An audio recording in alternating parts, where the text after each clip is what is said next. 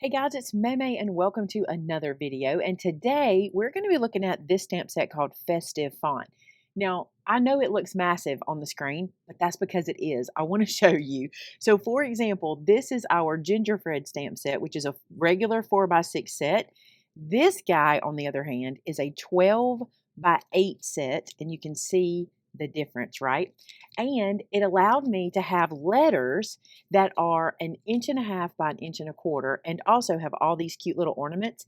And I'm in love with this set. So let's talk about all the ways we were thinking about using it. And I have a lot of tips and tricks for you for using SVGs and stamp cuts if you are a person who does that. So let's go. So first things first, let's talk about SVGs. All of our stamp sets come with a free SVG that will cut out the shape around the images, just a simple shape around the images for you. And this set is no exception. Now I want you to see something. We did not cut out the centers of the letters, but there's a reason for that. It is much easier to line your stamps up if you have less lines you have to get just right. So you'll appreciate that when it's all done, okay? But here's what you do with your SVG. You're going to download the SVG from the product page on our website. You're going to upload it into your software. Mine, I use Cricut and Cricut Design Space. And I did it on a 12x12 piece. You do not resize anything. When you upload it, I actually did this from my phone. I downloaded the SVG onto my phone. I uploaded it onto the Cricut app, and then I told it to cut. That's all I did. No resizing, okay? So now that I have this on my glass mat, I want to show you these. These were sent to me by Glassboard Studios. These are big magnets. You know, this board, I got to sit this one down real quick. This board usually uses the pawn magnets, which are still great, and you can use these. But if you have a glass board from glassboardstudios.com, you need to pick yourself up some of these. I'm going to put my affiliate link below, and I'm pretty sure we have a coupon code for you as well that you can use so you can pick some of these up. I chose red because I think they're very Maymay colors. But check this out. You use these on your glass board, and look what they'll do. They'll hold your mat down so you can work. So that's one thing I want you to do. I think I'll move this up so we can look at an ornament. Why don't we stamp that angel? So we got everything nice and still for us. Our sheet is still on our glass mat because that's holding it. And now the next thing I want to tell you, which is one of the best practices for stamping this particular set, is for you to have something like this. Now, I'm showing you this because I'm using a full size. I mean, we're using a huge set, and I did this on a 12x12. If you're cutting this on your Joy, you can put your Joy mat into your Misty.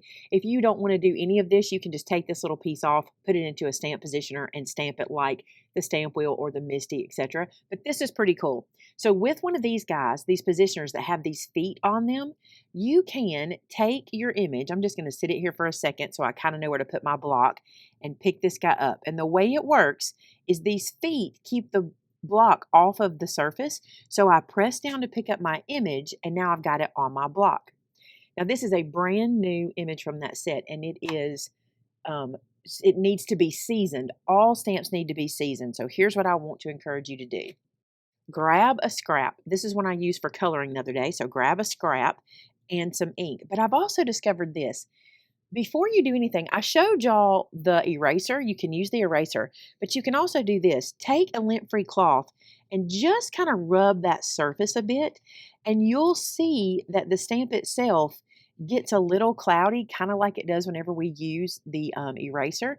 That kind of takes whatever processing is on there, and now we can ink it. Now, because I'm not coloring, I'm going to make this easy on myself, and I'm going to be using some pigment ink.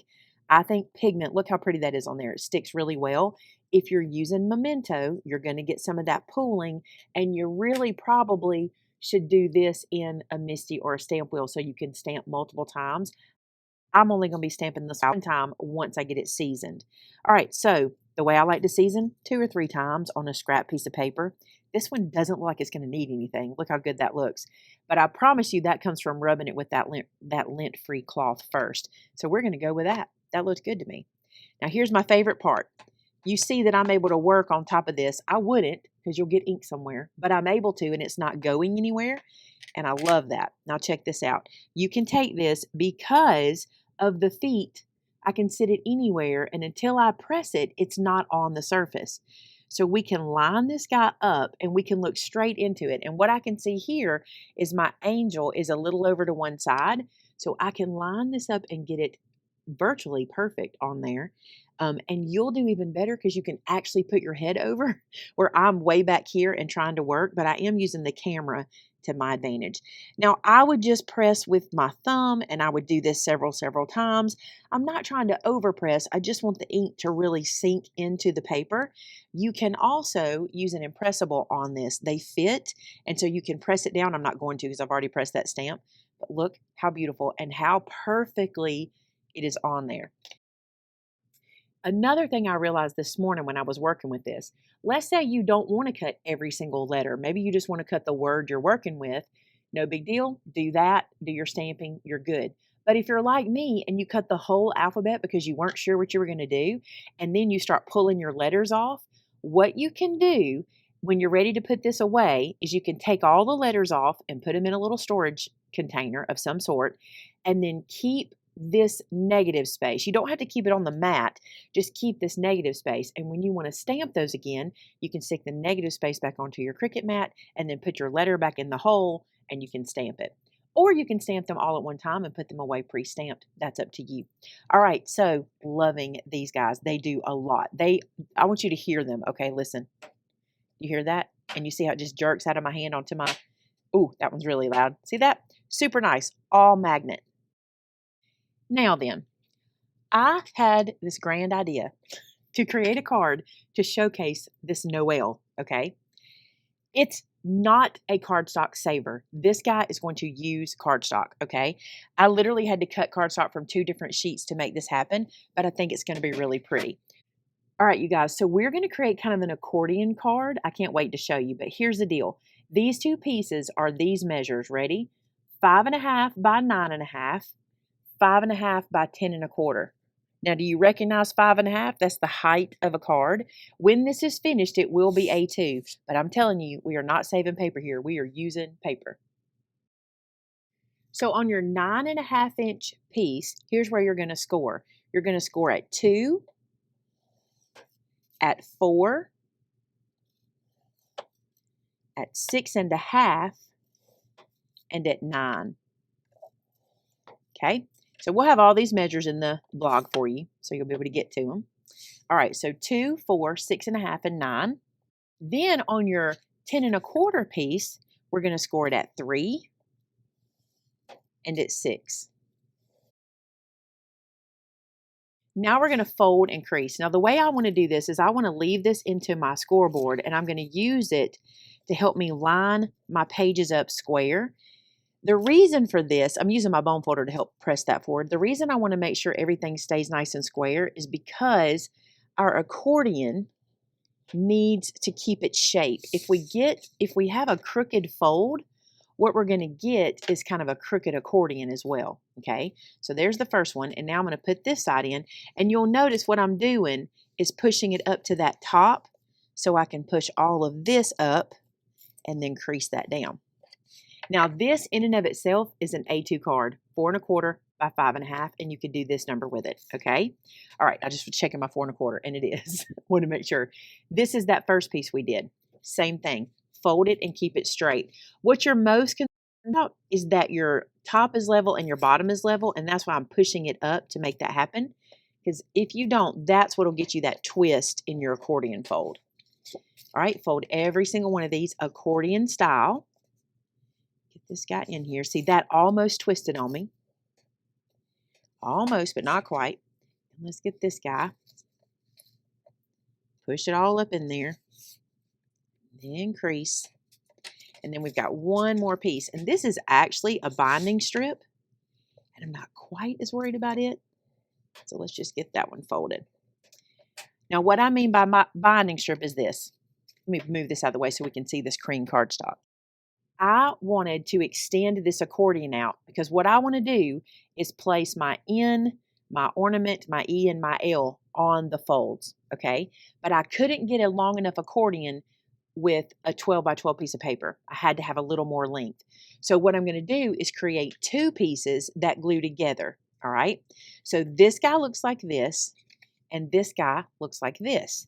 And what we're going to do is we're going to take that little strip right there, and I'm going to sink these 2 together and glue that together so that my card front actually looks like that. Okay. I'm really just extending out the length of my cardstock. No big deal. But we couldn't get this project from one piece of 12 by 12. And the way I'm going to do this is lay this down and then press that fold into it. And then I will press everything down. I'm going to crease these guys so they lay nice and flat. Now your card will do this. See that? It'll stand up like that, and it's beautiful. And you actually end up with so much to work with. You can do so much inside of here. Pictures, images, journaling, stamping, cut aparts. There's so much you can do in here. But let's talk about what I really want to be the focal point, and that is the festive font. This card's going to get a little bulky because remember, we're not saving cardstock, we're using cardstock, okay? So what I've done is cut these little strips that are going to lay inside of each of our accordion pieces. And I'm going to have every one of these is going to have this little piece. I decided to use the music note. I'm just going to show you how they're going to lay, and then I'll glue them down. So they'll go like this, okay? And then this little guy, I just cut him to kind of be here to kind of finish the design. And I've got some of these upside down. I'll fix these before I glue them on. But that's how the front is going to look, and then we'll get to these guys. So let me glue these in place. This paper I'm using is Vintage Christmas from Echo Park. And if you aren't sure which way the music note should go, look on the back. This was a cut apart sheet. Just make sure your cut apart is going in the right direction. Then you'll know you got the music in the right direction as well. It's kind of funny for me to be giving you paper orientation tips because that's my nemesis, you know. I thought the music paper would look kind of like a stack of music sheets. I thought that would be kind of pretty. So this will be the front of our card. And now I want to take these guys and want to put them on the inside here on this side. I think this will be pretty to also cover this. I will tell you, you're not going to use super thick cardstock for this. It will really bulk up if you do. So the Echo Park is really good for this because it's not super, super bulky.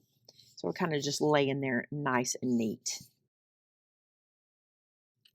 Okay, so this is the basis of our card. Looks like this. And when you stand it up, it'll look like that.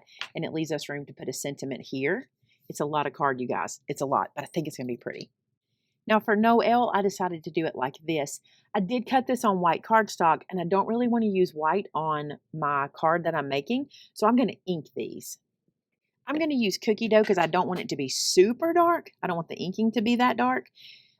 You'll notice I did not ink my paper, like my music note paper or the card base, but the reason is I kind of want these to stand off of the page, so I didn't want them to blend in with the inking in the background either. I needed them to kind of be their own thing.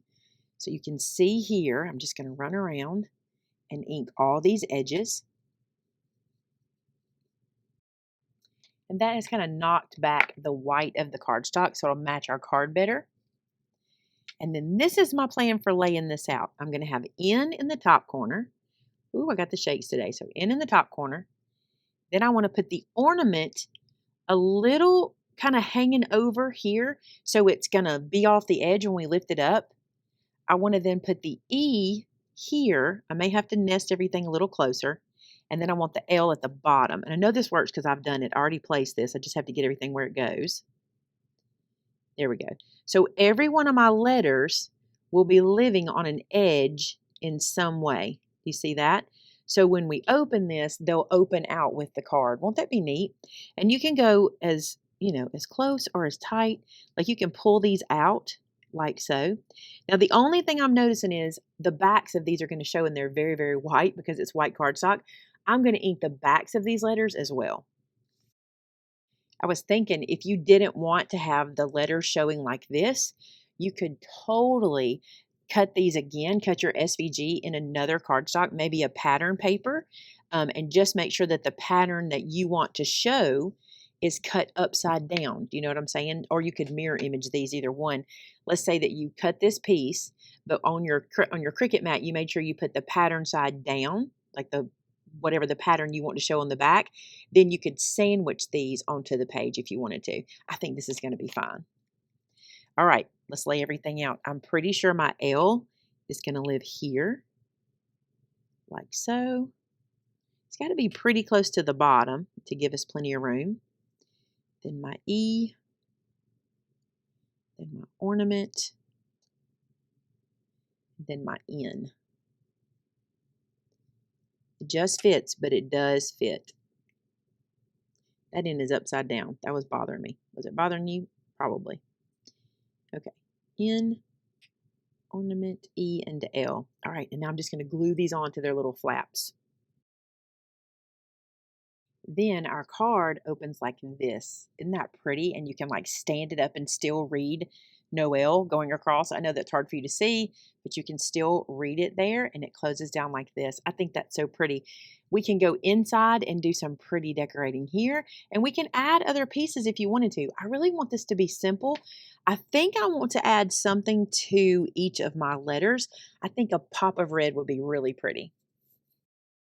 So this is from a fall paper pack that I have, but that little red dot that's not quite bright red is going to be perfect. These are enamel dots, and they come in very handy for these types of projects. I'm just going to place it in that center section and stick it down. Isn't that pretty there? I love those like that. I think this will be a neat card to give. I'm playing with some cut-aparts and things. I might even look into the ephemera pack and some titles and phrases and see what I can find to add in here to dress up the inside. This one right here is so pretty. I'm going to cut this down onto its little inside area. The only reason is because I want to put it on that red, and this is the same red. So I'm just going to edit this little guy and use him here. To be honest, this would be a great way to put photos into a greeting card. This is a good, it's got some good places for you to stick some little pictures here and there, especially maybe a family photo right here would be really cute, like on this bigger flap where I want to put this. Isn't that beautiful there? Happy holidays. Let's see what we can find for here. I really love this piece because it feels like it is the sentiment inside the card, and it adds some color right here. It looks like a tag. I don't really want it to look like a tag here, so I'm going to edit it to make it not look like a tag.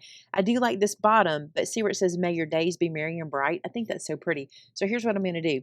Right past that tag hole, I'm going to cut that off straight, just like that. Then, to give it that pretty shape again, I'll take my stub and scallop punch. I'm going to look and see which one I like.